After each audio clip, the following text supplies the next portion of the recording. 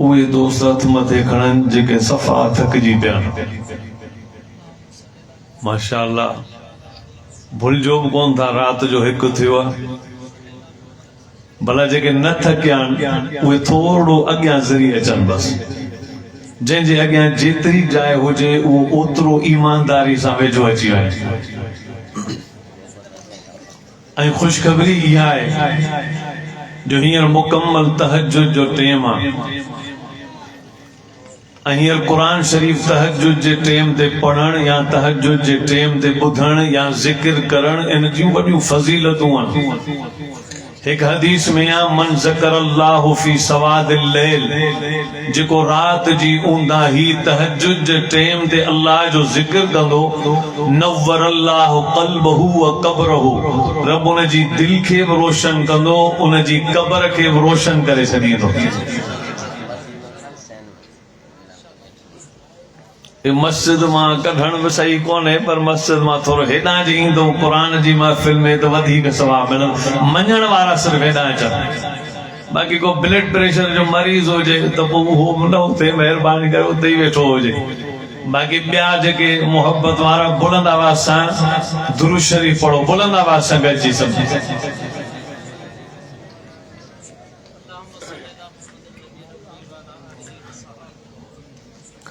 अल्लाहुम्मा सल्लि अला सय्यदना व मौलाना मुहम्मद सलातन तुनज्जीना बिहा मिन जमील अहवाल वल आफात व तगज़ीलना बिहा जमीअल हाजात व तुत्हिरुना बिहा जमीअ السيئات وترفعنا بها عندك أعلى الدرجات وتبلغنا بها أقصى الغايات من جميع الخيرات في الحياة وبعد الممات إنك على كل شيء قدير।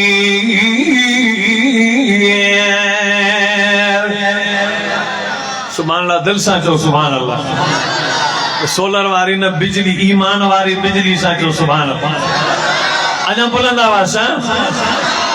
जुबान गूंगी हो गई आज कुछ कहते कहते,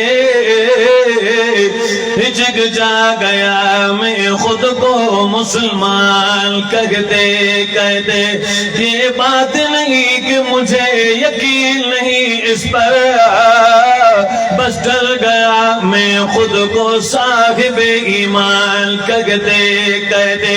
तौफीक न हुई एक वक्त भी नमाज पढ़ने की और मुअज्जिन चुप हुआ अजान कहते कहते। किसी काफिर ने जो पूछा क्या है ये महीना, शर्म से पानी गिरा रमजान कहते कहते।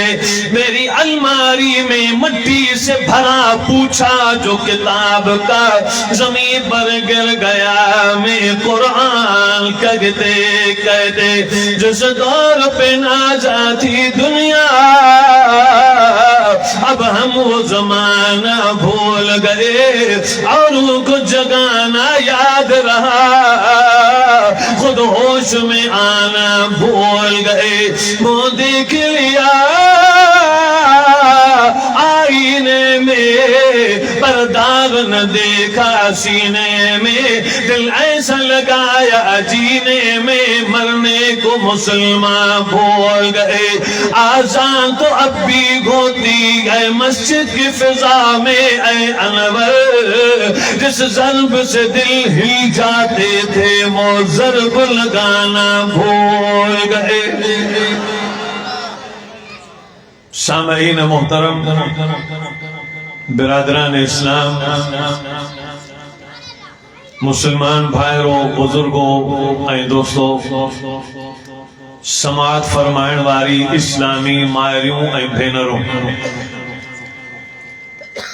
तव्हां असां अॼु 10 मई 2025 रात जे टेम तहज्जुद जी घड़न में जामिया सिद्दीक अकबर कुंभार मोहल्ला चोटियारी में इन मदरसे जे ज़ेरे एहतमाम अजीम उशान रूहानी इस्लाही फकीदुल मिसाल तरबियती नूरानी प्रोग्राम में कलाम मुकद्दस जी पाकीज़ा मुकद्दस गुफ्तगू में शरीक थियां। दरे शहनशाही में फकीराना आजजाना इल्तिजा ऐं दुआए शल रब्बे अकबर तवाई असांजी हिन हाज़री के पांजी बारगाह में कबूलियत जो शरफ ऐं शान नसीब फरमाए। इंतहाई काबिल एहतराम मुजाहिद शामीर साहब जिनकी दावत दे मौलाना कारी मोहम्मद यासीन साहब जे तवस्सुत सां इन भरे पिंडार में इन मुंतजिमीन जिन मेहनत कई इंतजाम कयों जलसो सिंगारियों दावत दिनों खैर कयों खैरात कयों अल्लाह सही शलोनन जे साये के मेहनत के कोशिश के दावत के इखलास के खुलूस के पांजी बारगाह में रब कबूल ऐं मंजूर फरमाए। मोहतरम मुसलमान भाईरो,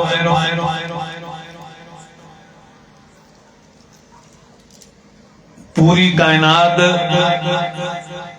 जो निजाम जे अल्लाह जे हथ में आ वो मालिकुल मुल्क आ ऐं पूरी रूए जमीन में उन जी कुदरत। तफसीर जे किताब में लिखल खैरुद दुनिया वल आखिरत फी हरफैन, दुनियाई आखिरत जो भलायूं बिन हरफन में बंदन ऐं यारिफ माबूदहू व याबुदहू। एक ही द तमाम पांजे रब के सुञाणो त असांजो रब केर आ, व याबुदहू सुञाणण खां पोइ तव्हां ते हक़ आ त उन रब जी इबादत में लगी वञो। अल्लाह के कियां सुञाणजे उन जा 3 तरीक़ा। पहिरियों त अल्लाह के सुञाणजे कुरान पाक जे पाकीज़ा हरफन सां, ऐं बेशक असां अल्लाह के सुञातो आ उन जे कुरान सां। ऐं अल्लाह के सुञाण जो ॿियो तरीक़ो ही आ त असां अल्लाह के सुञातो नबी मुहम्मद जी ज़ुबान मां। जेके ॻाल्हियूं नबी ॿुधायूं उन्हनि मां असां अल्लाह के सुञातो। ऐं सुञाण जो टियों तरीक़ो ही आ त जे रब पूरी कायनात जे निज़ाम जे चोबोल चहचटे कारखाने कुदरत के चमकाए दमकाए महकाए पेश कयो, हर शे अता कई, उन्हें अता करदा अशिया मां असां अल्लाह के सुञातो त बेशक असांजो रब अल्लाह। गाल टोड़ियो न, तमाम मुझी जुबान थी वञो। बेशक असांजो रब अल्लाह आहे। कहजो या अल्लाह हमने तुझे जाना है फकत तेरी अता से। अल्लाह ने अशिया अता की, अल्लाह की अता कर दिया करदा अशिया से हमने पहचाना कि अल्लाह ने अता किया। आंखें दी तो उनमें नजर किसने अता की? अल्लाह ने आंखें दी तो बिसारत समेत अता की, कानों में समात अता की, जुबान में गोयाई अता की, दिल में धड़कन अता की और रगों में खून अता किया, जिस्म में जान अता की, फिर पूरी कायनात में चमक अता की, घरों में बच्चे अता किए, जेब में पैसे अता किए और पूरे दरख्त फूल पत्ते जिंदगी हयाती। किसी ने कहा या अल्लाह हमने तुझे जाना है फकत तेरी अता से। सूरज के उजाले से, फिजाओं से, खला से, चांद और सितारों की चमक और जिया से, जंगल की खामोशी से, पहाड़ों की अना से, पुरहोल समंदर से, पुर असरार घटा से, बिजली के चमकने से, कड़कने की सदा से, मिट्टी के खजानों से, अनाजों से, ग़िज़ा से, बरसात से, तूफान से, पानी से, हवा से, हमने तुझे जाना है फकत तेरी अता से। तांजी सुभान अल्लाह उन पावर में कोने का जेको आऊं तकीर करण चाहियां थो, तव्हां उहा सुभान अल्लाह नथा चवण चाहियो। आहे को तव्हां में दिल सां सुभान अल्लाह चवे बुलंद आवाज़ सां अल्लाह जो कुरान फैज़ तर्जुमान रब्बुल आलमीन जो बयान और चौचारी जगयूर मुसलमानों जरा तवज्जो कयो अल्लाह कुरान मजीद में पंजी लारेब जुबान जो इख्तियार इस्तेमाल करने फरमायो कुरान फरमाए तो बिस्मिल्लाहिर्रहमानिर्रहीम या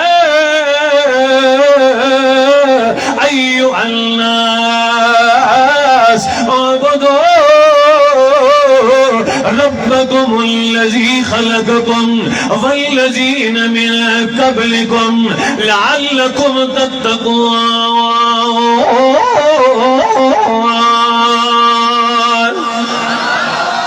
ताजा जो सुभान अल्लाह बुलंद बुलंद आवाज़ सां जो सुभान अल्लाह ऐ इंसानो या अय्युहन्नास ऐ इंसानो उबुदू रब्बकुम इबादत पंहिंजे रब जी कयो अल्लज़ी खलक़कुम वल्लज़ीन मिन क़ब्लिकुम लअल्लकुम तत्तक़ून तव्हांजो परवरदिगार अल्लाह उहा ज़ात आहे उहो रब तव्हांजो अल्लाह आहे जे तव्हांखे पैदा फरमायो तव्हां दुनिया ते नज़र कयो ठहण अलॻि शइ आहे पैदा थियण अलॻि शइ आहे कारीगर माइक ठाही कारीगर मोबाइल ठाही कारीगर टेबल ठाही कारीगर पलक ठाहियो पर इहे शयूं 10 सालनि खां पोइ बि एतिरियूं ई हूंदियूं वधंदियूं कोन अल्लाह पंहिंजी कुदरत जो वधार इज़हार पियो ॾेखारे त मुंहिंजी कुदरत वारी शइ वधंदी वेंदी आहे पैदा कयल शइ हमेशह वधंदी बकरी जो नंढड़ो फरणो हो हिन खे वॾो छेलो कंहिं कयो निमोरी नंढड़ी अध इंच जी हुई उनखे 15 फुट जो वण दरख़्त वॾो कंहिं बनायो तुंहिंजो पुट त हिकिड़े फुट या 1.5 फुट जो हो उनखे 6 फुटनि जो इंसान कंहिं बनायो अल्लज़ी खलक़कुम वल्लज़ीन मिन क़ब्लिकुम लअल्लकुम तत्तक़ून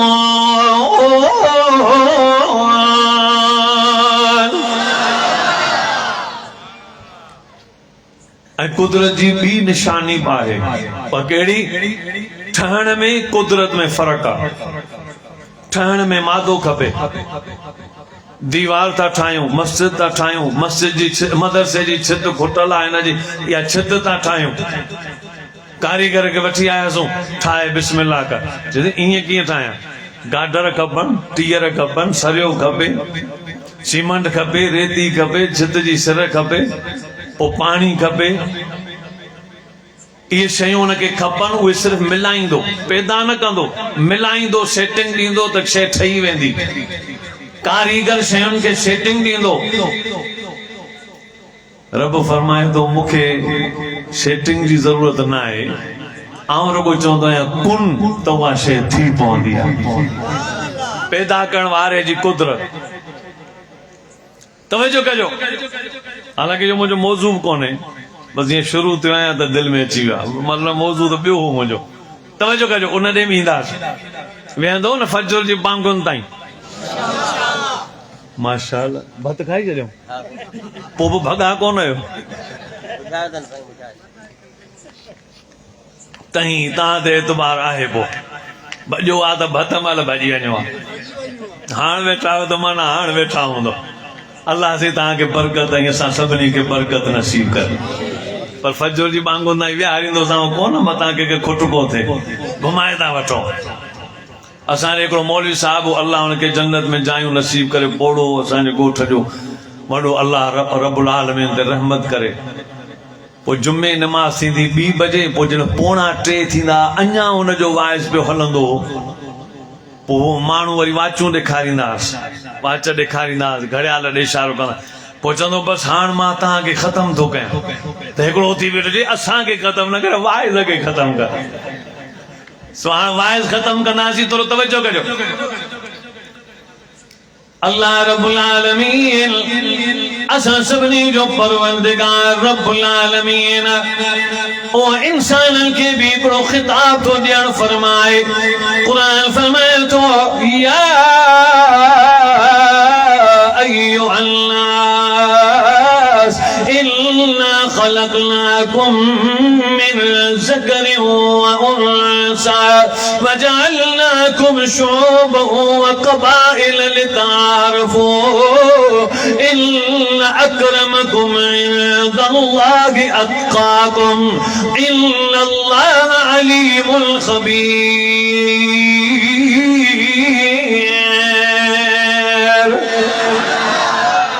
या आयतुल टेम दे नाज़िल थी जे टेम दे अल्लाह जे महबूब नबी साहब जी दिल दे मेहनत किया छो जो नबी पाक सल्लल्लाहु अलैहि वसल्लम भी उन जमाने में धरती दे जलवे अफरोज था।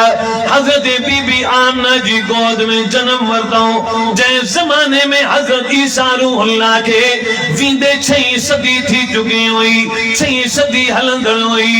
हजरत ईसा के फांसी ते चाढ़ियो वियो अल्लाह पंहिंजी कुदरत सां पंहिंजे नबी हजरत ईसा रूहुल्लाह के फांसी दे फंदे दा जिंदा सलामत आसमान दे खणी छड़ियो। उन रात का वठी नबी पाक जी विलादत ताईं 571 साल गुजरी चुका हुआ। अप्रैल जी 22 तारीख हुई 571 ईस्वी हुई फजर जी अजान जो टाइम हो नबी पाक बैतुल्लाह जी धरती हजरत अब्दुल्लाह जी घर बीबी आमना जी गोद में नबी मोहम्मद नबी सल्लल्लाहु अलैहि वसल्लम जलवे अफरोज था। नबी पाक जी विलादत पासादत थिया बीबी आमना जी गोद में नबी पाक आया और नबी पाक सल्लल्लाहु अलैहि वसल्लम बचपन मक्के पाक जी धरती दे गुजारी जवानी जे आलम में आया बना सबा जुड़ाई सादिक अमीन रहा जने 40 सालन जी उम्र मुकम्मल थियण वारी हुई। उन जमाने में नबी पाक जी आदत बन जी चुकी हुई। गारे हिरा में नबी पाक तन्हाई में भी रोईंदा हुआ कौम जे हाल के दिसी करंदा भी हुआ रोईंदा भी हुआ दुआऊं भी घुरंदा हुआ। कौम जो हाल इहो हो जो नंढी नंढी गाल ते जिद करे 100 सालन ताईं जंगियूं लगाए छॾींदा हुआ। कई कूंदर उन जंगनि में कुस्सी वेंदा हुआ। कौम जो हाल इहो जे घर में न्याणी ॼमंदी हुई पट खोटे उनखे जीरो दफन करे छॾींदा हुआ।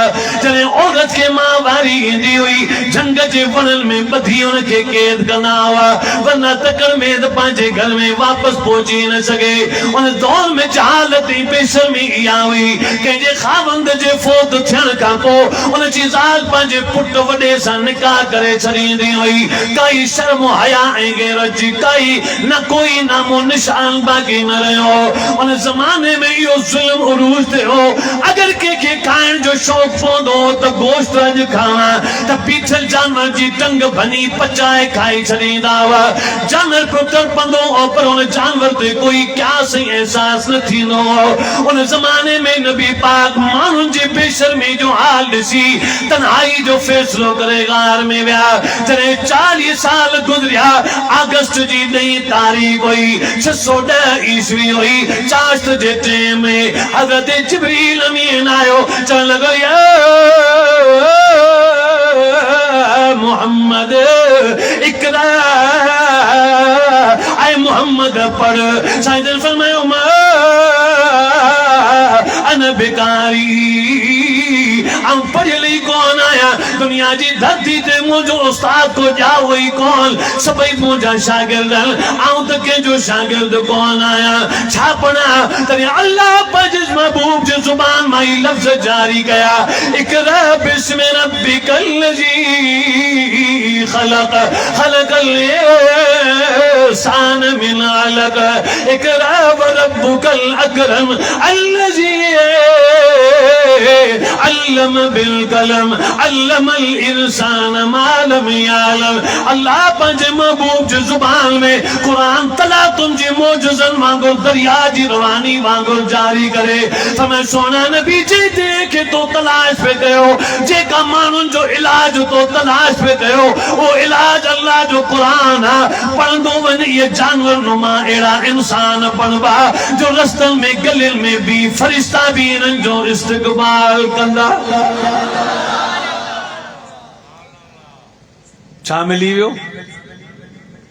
क़ुरान मिली वियो। छा मिली वियो? घणा सिपारा? 30 सिपारनि जो रंग ओॾी महिल शुरू थी वियो।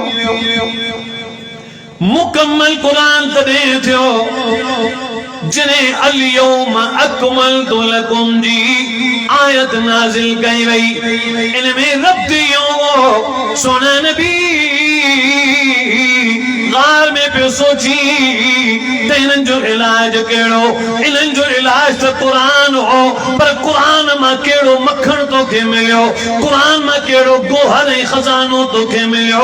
उहो अॼु असां बयान था कयूं। उहो बयान इहा क़ुरान फरमाए थो अल-यौम अकमलतु लकुम दीनकुम व अतममतु अलैकुम निअमती व रज़ीतु लकुमुल इस्लाम दीना।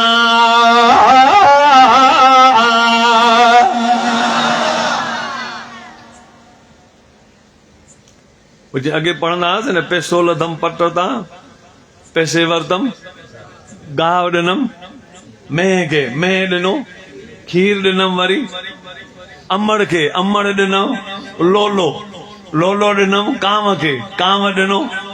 इहो हली हली हली हली पछाड़ी में तो चवे त मूंखे पछाड़ी में घोड़ो मिलियो पोइ हुन ते चढ़ी पे घुमियुसि। माना पहिरीं मिलियो किथां खां शइ मिली किथे ख़तम थी? क़ुरान मिलियो इक़रा। इक़रा जे आगाज़ सां क़ुरान मिलियो। इक़रा बिस्मि रब्बिकल लज़ी ख़लक़। इतां खां आगाज़ मिलियो। पोइ इतां खां तबलीग थी। इतां खां मके मां तबलीग खां पोइ वरी शोबे अबी तालिब में क़ैद थियणो पइजी वियो। वरी 3 महीननि जी क़ैद वाका मामूली कोन हुई। तव्हां पढ़ो शोबे अबी तालिब किताब, तव्हां पढ़ो त सही शोबे अबी तालिब इदरीस कांधलवी जो किताब। खुदा जो कसम दिल रोए थी जब शोबे अबी तालिब में नबी पाक के कैद कयो वियो। शोबे अबी तालिब साईं जन फरमाइनि था त जेॾीमहिल असांखे उते मोकिले बाइकाट करे छॾियऊं त अबू जहल ऐलान कयो इन्हें केर बि न वञे, केर बि भाॼी कंहिं गाॾे तां वठी एॾी खणी न वञे, इहे भले बुख मरनि। थञ प्याक बच्चा पंहिंजी औरतुनि पंहिंजी मायुनि जा पंहिंजी माउरुनि जा जो खीर पिया पियनि थञ पिया पियनि पर उन्हनि जूं थञूं सुकी चुकियूं हुयूं। ढुक पाणीअ जो कोन हो। 3 ॾींहं गुज़रंदा हुआ ढुक पाणी जो कोन मिलंदो हो। मानी त दरकिनार मानी बि न मिलंदी हुई, पाणी बि न मिलंदो हो। पैसा ॾींदासीं कंहिंखे त वठी अच। अगरि हू सामान ॿाहिरां वठी ईंदो हो किथां, हू त झंगो घाटी हुई, वादी हुई, जबल जी गार हुई। उते बंदि कयूं त कंहिंखे चवंदा सामान वठी आ न त रस्ते में उहे खसे छॾींदासीं, उहो पहुची कोन सघंदो। ऐं 6 महीना थी विया। पोइ साईं जन फरमायो हिकिड़ी राति आऊं रुनुसि या अल्लाह मुंहिंजो त ख़ैर आहे पर बच्चा जेके थञ पिया पियनि न उहे बि वीचारा 3 ॾींहंनि ताईं थञ जो हिकिड़ो ढुक नथो मिले। छा थींदो? आऊं अञा बि सही वेंदुसि पर हीअ उम्मत कमज़ोर आहे, मदद कर। जी राति दुआ घुरियमि सुतुसि त सुबुह जो हज़रत जिब्रील आयो, उन जी उथारे चई त अल्लाह पैगाम ॾिनो आहे न्यापो मोकिल उन्हनि खे अबू तालिब जे हथां। उन्हनि खे चओ त जेको तव्हां बाइकाट नामो बैतुल्लाह जे दरवाज़े जे अंदरां लॻायो हो उन खे सॼी उॾई खाई वई आहे, उहो सड़ी वियो आहे। सिर्फ़ु हिकिड़ी जाइ बची आहे जिते अल्लाह जो नालो लिखियलु हो, अॼु ताईं चमकंदो थो रहे। वञी ॾिसो त उन्हनि बैतुल्लाह जो दर खोलियो ई कोन हो। अबू तालिब उन्हनि खे चयो त उहो बाइकाट नामो सड़ी वियो, बाक़ी अञा बाइकाट ख़तम कोन थियो। त हुननि जो दर खोलियो, भला ख़बर पवे मोहम्मद सचो आहे। जीअं खोलियूं त वाकई अल्लाह जे नाले वारो कागज़ जो टुकड़ो उहो सलामत हो, ॿियो सॼी उॾई खाई वई हुई। तॾहिं मके में ख़बर पई त बाइकाट ख़तम थी वियो। पोइ नबी पाक निकिता। कने शोबे अबी तालिब में, कने हिजरत पिया कन मदीने, कने मेराज ते पिया वञन, कने जंगे बदर पई लगे, 14 शहीद थिया ऐं होॾां काफ़र 70 क़त्ल थिया, 3000 काफ़र 313 मुसलमान, लश्कर जर्रार नबी पाक खुद अगवान सिपह सालार अज्ञान साहबिन जो मजमो गड्डा, सजी रात नबी रोई चवन पिया ऐं अल्लाह ही मेहनत जदोजहद ही पंहिंजी सक्सेस ही पंहिंजी कावज ही पंहिंजी कोशिश ही पंहिंजी जमायत ही शागिर्द पंहिंजी मेहनत पंहिंजो खजानो तुंहिंजे दर ते 313 जी सूरत में खणी आयो आहियां ऐं करीम जे इहे सहाबी ख़त्म थिया त पोइ तुंहिंजो नालो वठण वारो बाक़ी कोई न रहंदो।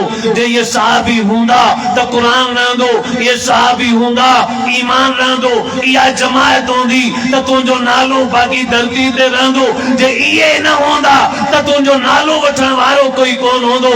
अल्लाह फरमाए महबूब गणती न कर, बस वलक़द नज़र सोना नबी तुझे बदर के मैदान ते पछपाई जे माहौल में वो रब तुझी मदद करे छड़ी पो अल्लाह उहा मदद एड़ी कई।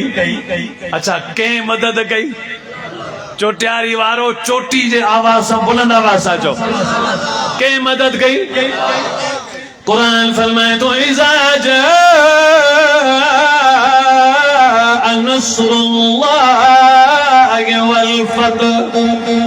मदद अल्लाह जी जने ईदी, जने अल्लाह जी मदद ईदी ऐं फतह भी अल्लाह जे तरफां ईदी।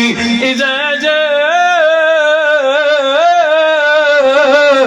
नस्रुल्लाहि वल फतह वरअयत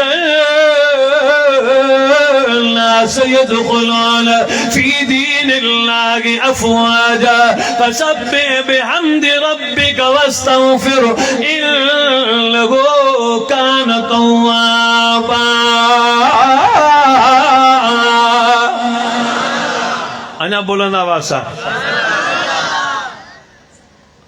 ये हलंदो हलंदो इकरा का आगाज थियो, जंगिन ताई, तबलीगुन ताई, लडण ताई, हिजरत ताई, मेराज ताई, विशाल ताई पछाड़ी इते पूरो थियो।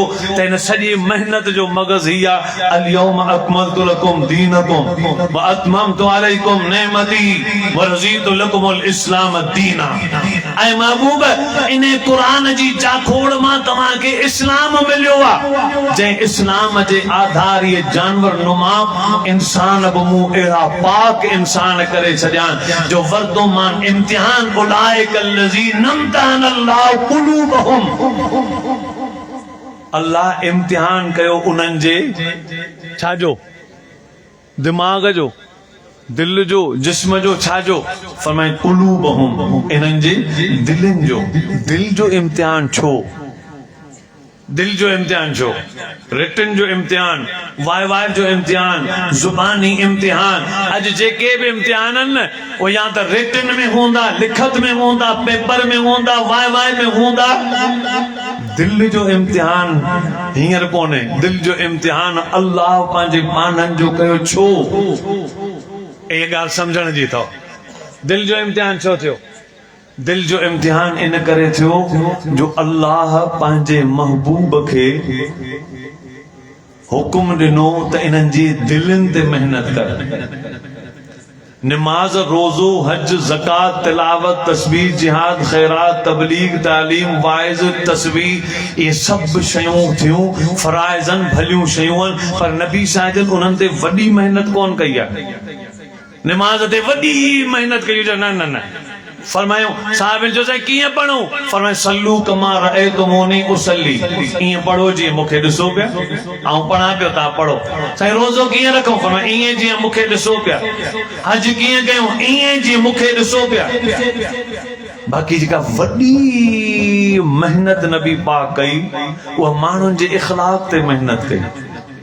त मेहनत करियो, नसीहत मञो, उन ते अमल करियो, वरी पुछंदो सां, इम्तिहान कंदो सां।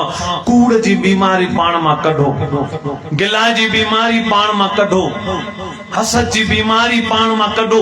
इन ते नबी पाक वॾी मेहनत कई आहे नमाज खां वधीक। छा पियो चवां? सोचे समझी पियो चवां। रोज़े का वधीक, हज उम्रे जिहाद का वधीक दिल ते नबी पाक मेहनत कई। ओ हसबी नसबी असबी साड़ हसद असबियत नस्बियत, ही फलाने इलाके जो आहे, ही फलाने इलाके जो आहे, हू घटा हू वधीक है, हू फलानी ज़ात वारो आहे, हू फलानी ज़ात वारो आहे, ही घटा हू वधीक है। फरमायो न, इन सभिनी साड़न ऐं हसदन ऐं तासुबन जो पाड़ू नबी पाक पटे उछलाए फरमायो अल मुस्लिम अखुल मुस्लिम ला यज़लिमहु वला युस्लिमहु। मुसलमान मुसलमान जो भाव न पान जुल्म कंदो न बे के जुल्म करण दींदो। छो जो जंहिं बि कलमो पढ़ियो आहे पान में ॿाहिरि इन नियत सां जो हिक पीउ जा ॿ पुट पान में ॿाहिरि सॾिबा त हिक मुहम्मद जा ॿ उम्मती पान में ॿाहिरि सॾिबा।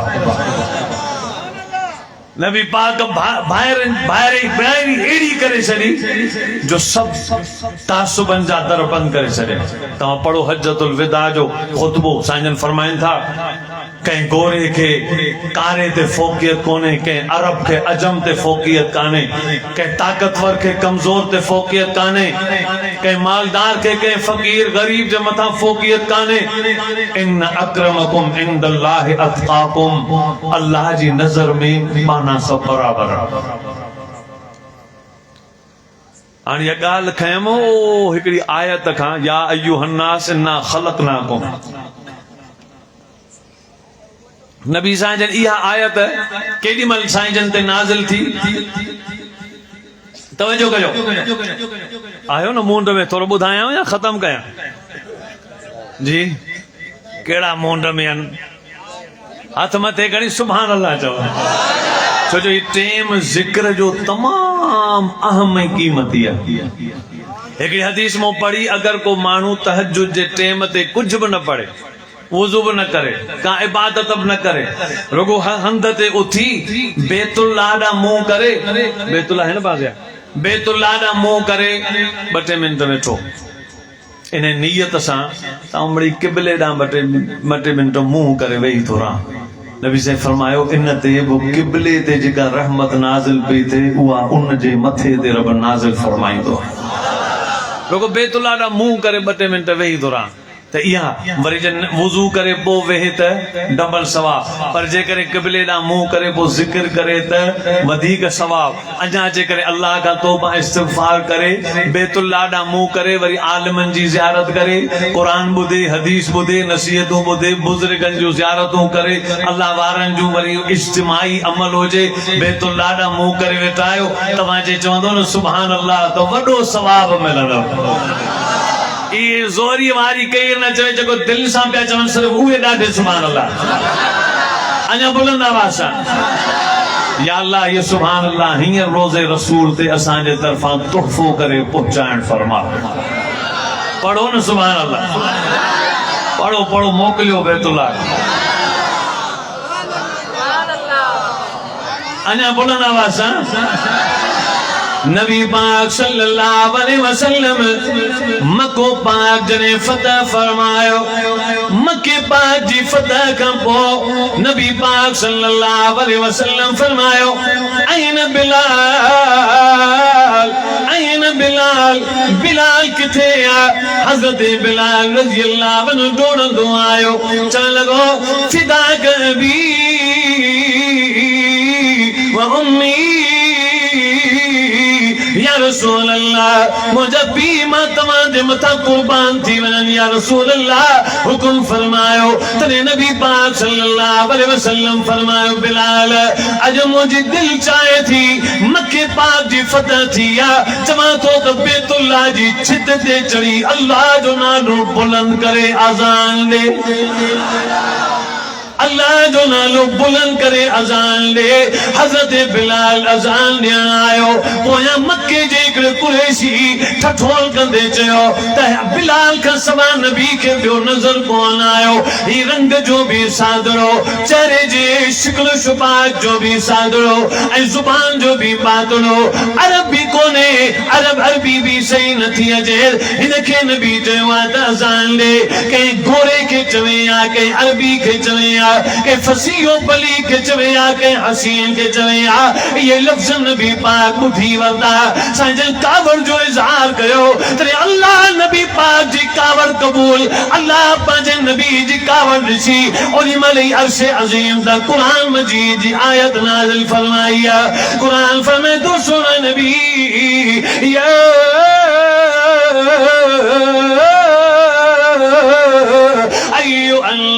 अय्युहन्नास इन्ना खलक़नाकुम मिन ज़करिन व उन्सा वजअलनाकुम शुऊबन व क़बाइल लितआरफू इन्न अक्रमकुम इंदल्लाहि अतक़ाकुम इन्नल्लाह अलीमुल ख़बीर।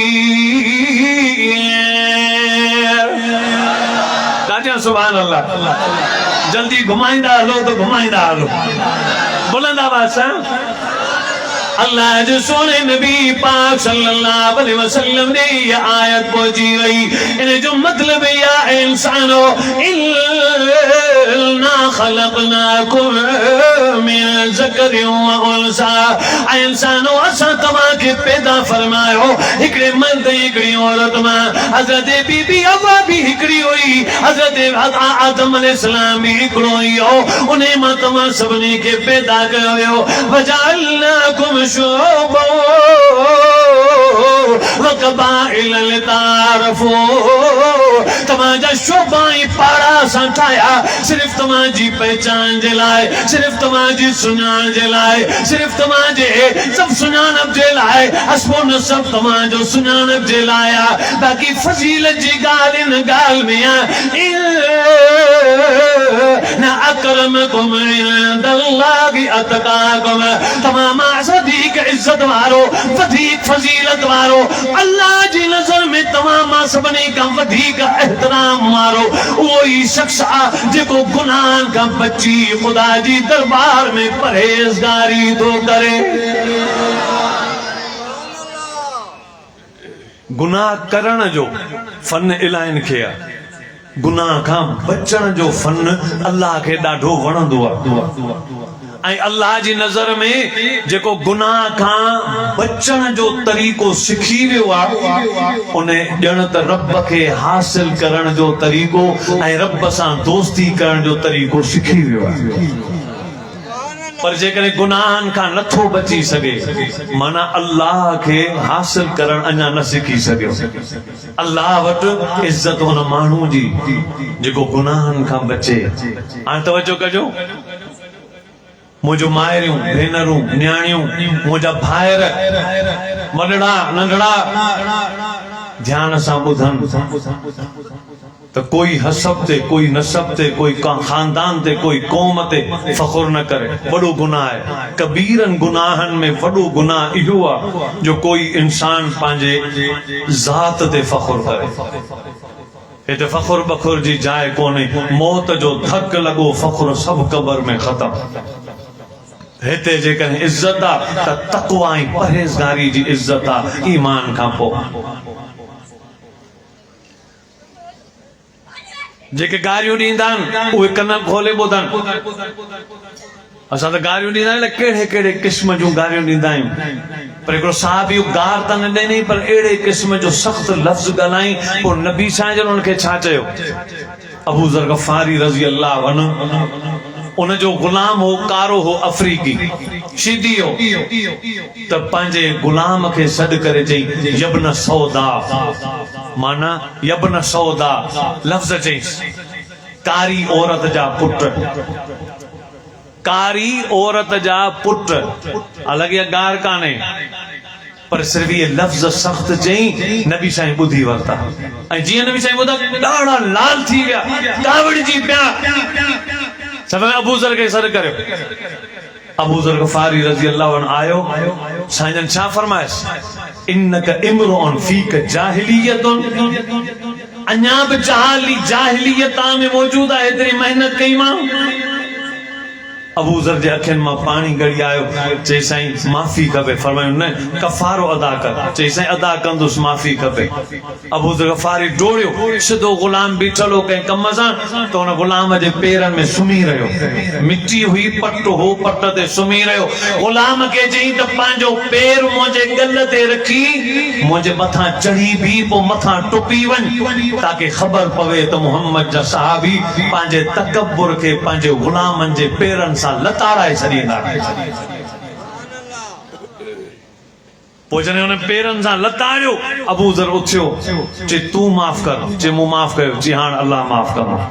पोइ वरी साईं जन खे चई साईं वाइदो आहे, इहो लफ़्ज़ आख़िर में आख़िरी निकितो आहे, ज़िंदगी भर वरी अहिड़े क़िस्म जो लफ़्ज़ कोन कढंदुसि, ज़िंदगी भर वरी अहिड़े क़िस्म जो लफ़्ज़ कोन कढी। बुज़ुर्ग फरमाइनि था त थोड़ो इहो लफ़्ज़ ॻाल्हाई त साईं कावड़ जी ॻाढ़ा थी विया। अॼु जेके असां गारियूं ॾियूं था, इहे असांजे आमाल नामनि में लिखजनि पयूं। ऐं गार एतिरी आहे, कचहरी में गारियूं, घर में ज़ाल खे गारियूं, पुटनि खे गारियूं, न्याणियुनि खे गारियूं, ॿाहिरनि खे गारियूं, दोस्तनि खे कचहरी में गारियूं, कावड़ में त गारियूं, पर भोगन में बि गारियूं। ये लिखजन पयूं। वात मां जेको अखर कढो, गार कढो, खणी क़ुरान कढो, वो लिखजे पियो। बुज़ुर्ग फरमाइनि था त आमाल नामा हर जुमे रात अल्लाह जे दर ते पेश थींदा आहिनि। उनमें वॾे में वॾो कहर ऐं नबी खे वॾे में वॾी कावड़ उन शख़्स ते ईंदी आहे जंहिंजे आमाल नामे में गारियूं लिखियल हूंदियूं आहिनि। अंदाज़ो त लॻायो असां किथे आहियूं।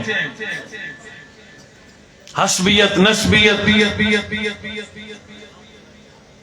ये कौमी, लिसानी, जुबानी, खानदानी तासुब ये नबी पाक खत्म कया। हिन वक्त दौर आहे इत्तिहाद करण जो, मुत्तफिक थियण जो। सभिनी फिरकनि खां बाला तर थी करे फिरके वारियत जी पाए खे विसाए पाणी ॾेई पोइ असां सभई हिकु थी करे कुफर जे मुक़ाबले में हिकु थी वञूं। दुनिया जी का बि ताक़त असांखे पोइ टोड़े कोन सघंदी जे मुतहिद थियासीं त।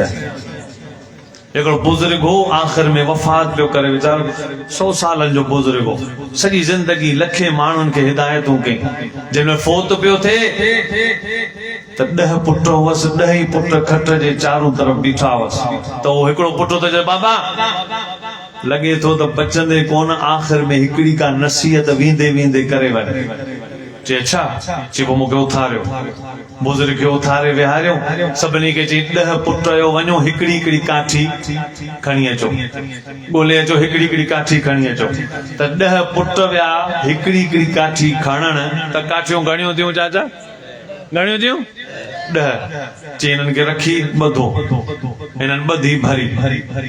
चई हाणे 5 हिन पासे ॿियो 5 हिन पासे, हिनखे टोड़ियो, भञो। हिन वॾो ज़ोर लॻायो पर उहा भरी भञी न सघिया। चए कोन थी भॼे? चई न बाबा नथी भॼे, 10 काठियूं सभु मिलियल आहिनि, भरी नथी भॼे। फरमाए खोलियो, हिकिड़ी हिकिड़ी काठी खणो, हाणे भञो। हिकिड़ी काठी भञणी, गोॾे ते रखी, सट हिकिड़ी न टड़को थियो, काठियूं त हिकिड़े झटके में 10 भॼी पयूं। फरमायो त सम्झी वियो? हुननि जो न। छा सम्झो? चई त बाबा जॾहिं इहे 10 काठियूं पाण में मिली वयूं त तव्हां 10 ज़ोर लॻायो पर भरी खे भञी कोन सघिया। पर जॾहिं काठी अकेली थी त सट कोई हिकिड़ो थियो, इहे 10 काठियूं भॼी पयूं। इन जे करे तव्हां पुट, घरनि में न्याणियूं, घरनि जूं औरतूं, ॿाहिरि मर्द, इहे सभु घर में मुत्तफ़िक थी वञो, मुत्तहिद थी वञो। हिकिड़ी औरत जी ॻाल्हि हिकिड़ी हुजे त ॿी माईअ जी ॻाल्हि वरी ॿी, टी वरी अञा चौथी भई ॻाल्हि करे, इहा न हुजे। मायूं सभु घर में मुत्तफ़िक हुजनि, 5 हुजनि त 5 ई हिकिड़ी ॻाल्हि कनि, 5 भाती आहिनि त 5 हिकिड़ी ॻाल्हि कनि, 20 भाती आहिनि त 20 ई हिकिड़ी ॻाल्हि कनि, सभु इस्लाम ते मुत्तफ़िक हुजनि। ऐं ॿाहिरि पूरी जमात जेकॾहिं हिकु हुजे, मस्जिद में अचण वारी जमात, पेश इमाम साहब जेकॾहिं हिकड़ी गाल करे त सभनी जी गाल उहाई हुजे, हिकड़े जमायती जी गाल सभनी जी गाल, हिकड़ी सभनी जी गाल वरी हिकड़ी ही गाल हुजे। जब इत्तेफाक इत्तिहाद ऐं मुत्तहिद थींदासीं, खुदा जो कसम दुनिया जो कुफर इन वक्त मुत्तहिद थी चुको आहे। इसराइल, भारत ऐं ॿिया इटली, वॾा वॾा मुल्क, अमेरिका, यहूदी, हिंदू, काफर, ईसाई, कादियानी सब हिक थी चुका आहिनि। अॼु असां मुस्लमान आहियूं, फिरकनि में तब्दील आहियूं, जमायतनि में तब्दील आहियूं, असां आहियूं इख़्तिलाफ़नि में पिया आहियूं। जेकॾहिं असां सभु इख़्तिलाफ़ात बाला ताक़ रखी करे असां उलमाए किराम जी क़यादत के मज़बूती सां पकड़े हिकड़े मैदान ते मुत्तफ़िक़ थींदासीं, इंशाअल्लाह सॼो कुफर पाण में मिली बि पवे, पर इंशाअल्लाह मुस्लमाननि वारी भरीअ खे केरु भञी कोन सघंदो। चो इंशाअल्लाह मुत्तहिद थींदासीं, चो इंशाअल्लाह मुत्तहिद थींदासीं। ॾाढा चो इंशाअल्लाह मुत्तफ़िक़ थींदासीं इंशाअल्लाह। पोइ हिकड़े प्लेटफार्म ते अचो, जमीयत उलमा इस्लाम जो नबवी परचम, इहो असांजे साए इन जे साए तिले इत्तिहाद खे बरक़रार रखूं। असांजो इत्तिहाद आहे। इसराइल जे खिंजीर सदर केड़ो बयान ॾिनो, छो जो इसराइल जो हर हिकु हुकूमती खिंजीर यहूदी आहिनि। ये खंजीर खाइण वारी क़ौमनि, ये सूअर जो बोड़ खाईंदा आहिनि, ये इसराइल जा खिंजीर। ये मुबारक अथव जो तव्हां कलमू पढ़ियो आहे, असां कलमू पढ़ियो आहे जो पाक शयूं था खाऊं। कुलू मिन तय्यबात मा रज़क़नाकुम, रब फरमाए थो हलाल बि खाओ, वञी पाक बि खाओ। पाक असां था खाऊं, वो पाक न आहिनि खाईंदा, गॾनि खे कोई खाईंदा आहिनि इसराइली। कुतो मरी वञे त हुन ते रश थी वेंदी आहे, उहो चवंदो आऊं खाईंदुसि, उहो आऊं खणी वेंदुसि। पाणे ते देग जे भत ते थाल खणी ईंदा आहियूं, कुतो को रस्ते ते मरी वियो त सभु थाल खणी ईंदा आहिनि। उहा क़ौम फ़लस्तीन जे बच्चनि ते बम पई वसाए, उहे खिंजीर यहूदी जो इसराइल जे खिंजीर सदर बयान ॾिनो त मूंखे जेकॾहिं वॾे में वॾो ख़तरो आहे त मुल्क पाकिस्तान में आहे, ऐं वॾे मुल्क पाकिस्तान मां जंहिं शख़्स खां ख़तरो आहे उहो मौलवी फज़लुर रहमान साहब आहे। त मौलाना फज़लुर रहमान खां इसराइली सदर चवे थो त मूंखे मौलाना फज़लुर रहमान खां ख़तरो आहे। जे साईं ॿुधायो न जोगी साहब त तव्हां चओ था त आलिमनि छा कयो? आलिमन इहो कयो आहे जो कुफ्र जे नक में दम कयो आहे, उन जो जीअण जंजाल कयो आहे। फ़लस्तीन जी सिफ़ में मुस्लमान बीठल आहियूं, फ़लस्तीन जे बच्चनि सां यकजहत आहियूं, असांजो इत्तिहाद इत्तिफ़ाक़ मुत्तहिद आहियूं त फ़लस्तीन जे बैतुल मुक़द्दस सां, मक्के पाक सां, मदीने मुनव्वरा सां, मस्जिदुनि ऐं उलमान, तालिबन, सालिहन, प्यारनि जमायतनि सां गॾु आहियूं। दुनिया जी का ताक़त गॾिजी करे मुसलमाननि जे इत्तिहाद खे तोड़े न सघंदी, छो जो उन्हनि जी क़यादत जमीयत उलमा इस्लाम पई करे। तो इंशाअल्लाह आलिमनि जे साथ में वॾो भरपूर पक्को साथ ॾींदासीं। आलिमनि जो साथ ॾींदो इंशाअल्लाह ताला, साथ ॾींदो इंशाअल्लाह। अल्लाह से इंशाअल्लाह असां सभिनी जे अचण खे, वेहण खे, ॿुधण खे, समाज खे पंहिंजी बारगाह में क़बूल फरमाए।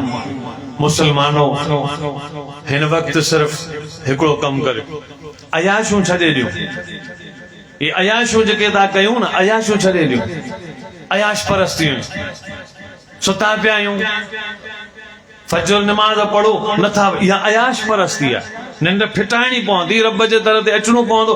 अयाश परस्त काहिल ऐं सुस्त क़ौम, फजर जी अज़ान ई नथो थिए, एॾो सुस्त। पैसो ॾेखारेसि त भॼंदो ईंदो। ये पैसे जी मोहब्बत अल्लाह जी मोहब्बत में रुकावट आहे।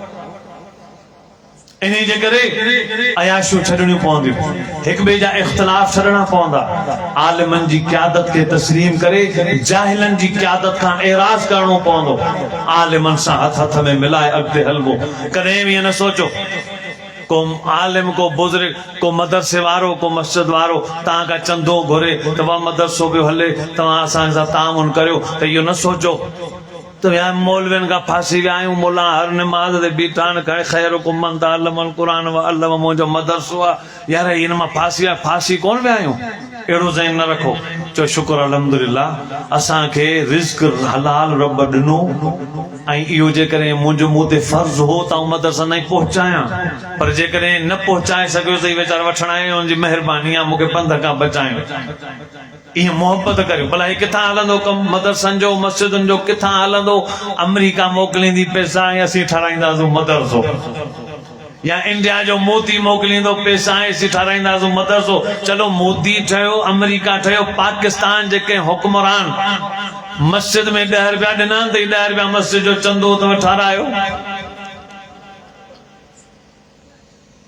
यूनियन काउंसिल टाउन तव्हांजे टाउन आहे यूनियन काउंसिल आहे यूनियन काउंसिल में हर महीने 10 लाख रुपया ईंदा आहिनि यूनियन काउंसिल में हर महीने 10 लाख रुपया ईंदा आहिनि हर यूनियन काउंसिल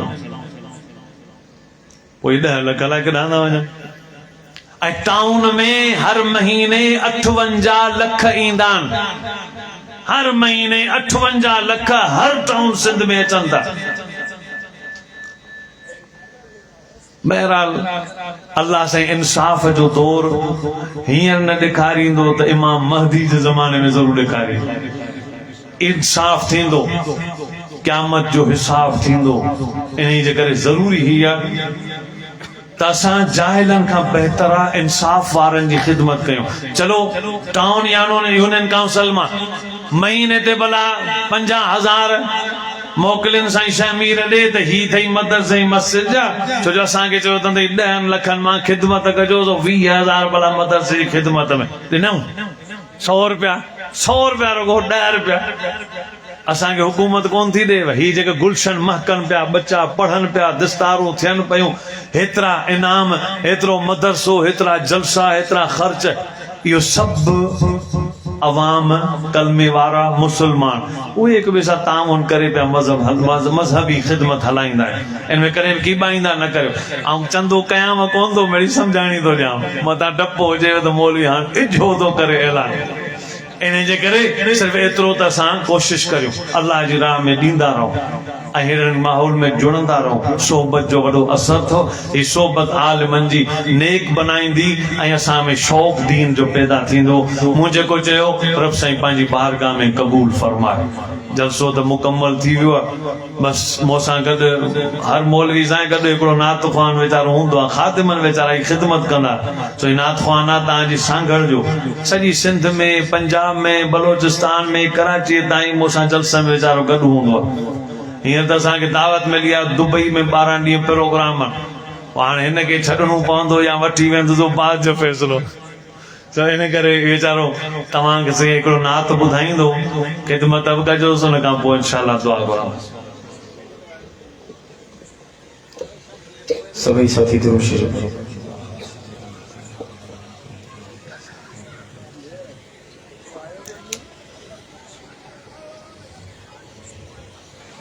मुंहिंजा सजण तुंहिंजा आंगण घुमाईंदो मौला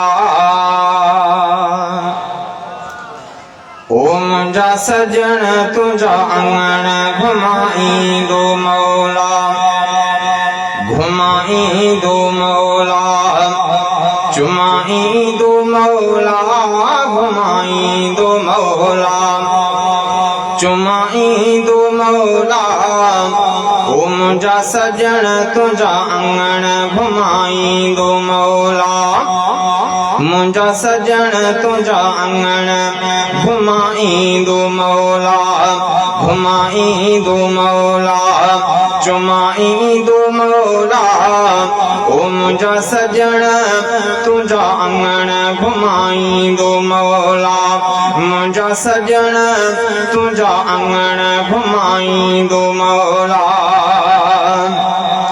हाज़री हरम में भरी दुस अची मां हाज़री हरम में भरी दुस अची मां गुलामी अहां जी ॾींदुस अची मां गुलामी अहां जी ॾींदुस अची मां ओ मुंहिंजा सजण तुंहिंजा अंगण घुमाईंदो मौला मुंहिंजा सजण तुंहिंजा अंगण घुमाईंदो मौला घुमाईंदो मौला चुमाईंदो मौला घुमाईंदो मौला चुमाईंदो मौला ओ मुंहिंजा सजण तुंहिंजा अंगण घुमाईंदो मौला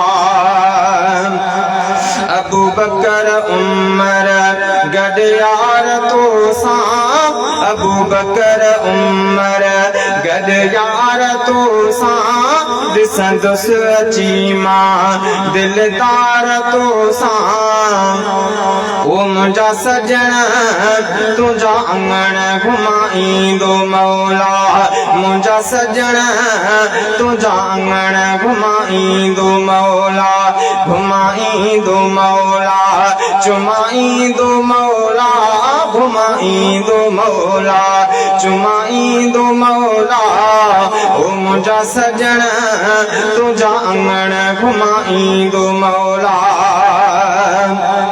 जुदाईअ में आहिनि कहिड़ी साल थी विया जुदाईअ में आहिनि जुदाईअ में आहिनि कहिड़ी साल थी विया हाकिम जा हीणा हिते हाल थी विया हाकिम जा हितड़े हीणा हाल थी विया ओ मुंहिंजा सजण तुंहिंजा अंगण घुमाईंदो मौला मुंहिंजा सजण तुंहिंजा अंगण घुमाईंदो मौला घुमाईंदो मौला चुमाईंदो मौला घुमाईंदो मौला चुमाईंदो मौला ओ मुंहिंजा सजण तुंहिंजा अंगण घुमाईंदो मौला मुंहिंजा सजण तुंहिंजा अंगण घुमाईंदो मौला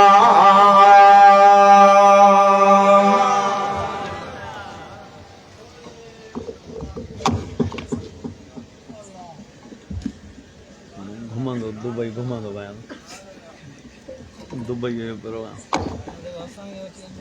अल्हम्दुलिल्लाह रब्बिल आलमीन वल आक़िबतु लिल मुत्तक़ीन वस्सलातु वस्सलामु अला सय्यिदिर रुसुल खातमन नबिय्यीन रब्बना ज़लमना अनफुसना व इल्लम तग़फिर लना व तरहमना लनकूनन्न मिनल खासिरीन अल्लाहुम्मा इग़फिर ली व लिवालिदैय व लिजमीइल मुमिनीन वल मुमिनात वल मुस्लिमीन वल मुस्लिमात इन्नका समीउम मुजीबुद दावात ए करीम रब्ब असां सभिनी जूं ख़ताऊं माफ़ फरमा या अल्लाह जमण खां वठी अॼु ॾींहं ताईं जेके जेके ख़ताऊं थियूं आहिनि तो पंहिंजी रहमत जे सदके असां सभिनी जा गुनाह माफ़ फरमा या अल्लाह आइंदा असां सभिनी खे सुठा ऐं चङा अमल करण जी तौफ़ीक़ नसीब फरमा या अल्लाह जेके दुनिया में जीअर आहियूं असांजी बि बख़्शिश फरमा पर जेके मुस्लमान दुनिया मां फ़ौत थी विया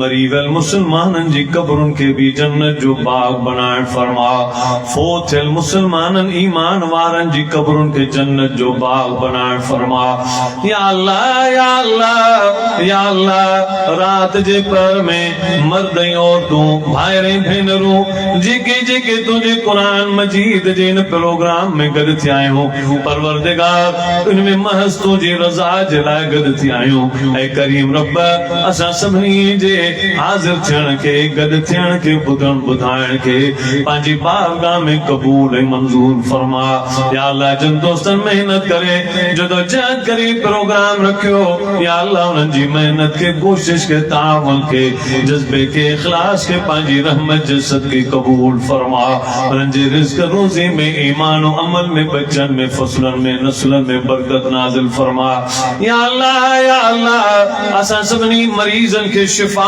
अता फरमा, असां के भी शिफा दे, असां सबनी जे मरीजन के शिफा दे, असां सबनी के शिफा अता कर, असां सबनी जे घर भातन के शिफा कामिला आजिला मुस्तमिर अता फरमा, असां जे मर्दन के, असां जी औरतन के, असां जे बचड़न के, असां जे वडड़न के या अल्लाह शिफा नसीब फरमा। या अल्लाह असां सबनी के कामिल ईमान, कामिल तक़वा, कामिल हिदायत, कामिल शिफा नसीब फरमा। या अल्लाह जिंदगी में हयाती में बरकत अता फरमा। या अल्लाह जिस ताईं दुनिया में जिंदा रखी, इस्लाम ते, ईमान ते, कुरान ते, नबी पाक जी सुन्नत रसूल ते जिंदा रखण फरमा। जड़े मौत निकल में शहादत वारो, लज्जत वारो, पंहिंजे दीदार सुन्नत वारो मौत नसीब फरमाए जा। या अल्लाह दुनिया भी ईमान वारी, आखिरत भी ईमान वारी, मौत भी ईमान ते नसीब कजा। कबर जे बरज़ख जे पर्दे में जेतिरो ज़मानो सुम्हणो पियो, या अल्लाह उते रहमत जी रोशनी नसीब फरमाए जा। गुनाहन ते हिसाब न कजा, पंहिंजी रहमत ऐं ईमान जी रोशनी अता फरमाए जा। क़यामत ॾींहुं नबी पाक जे पाक हथन मां ओज़े कौसर जा जाम नसीब फरमाए जा। नबी पाक जी शफाअत नसीब फरमाए जा। नबी पाक जा भाकुर नसीब फरमाए जा। पंहिंजी रहमत जो सायो करे बिना हिसाब जन्नत में दाखिल फरमाए जा। ला इलाहा इल्ला अंत सुब्हानक इन्नी कुन्तु मिनज़ ज़ालिमीन। रब्बना आतिना फिद दुनिया हसना व फिल आखिरति हसनतन व क़िना अज़ाबन नार। रब्बना आतिना मिन लदुनका रहमा व हय्यि लना मिन अमरिना रशदा। रब्बना तक़ब्बल मिन्ना इन्नका अंतस समीउल अलीम व तुब अलैना इन्नका अंतत तव्वाबुर रहीम। व सल्लल्लाहु तआला अला खैर खल्क़िही सय्यदना व मौलाना मुहम्मद व अला आलिही व अस्हाबिही अजमाइन बिरहमतिका या अरहमर राहिमीन। ला इलाहा इल्लल्लाहु मुहम्मदुर रसूलुल्लाह।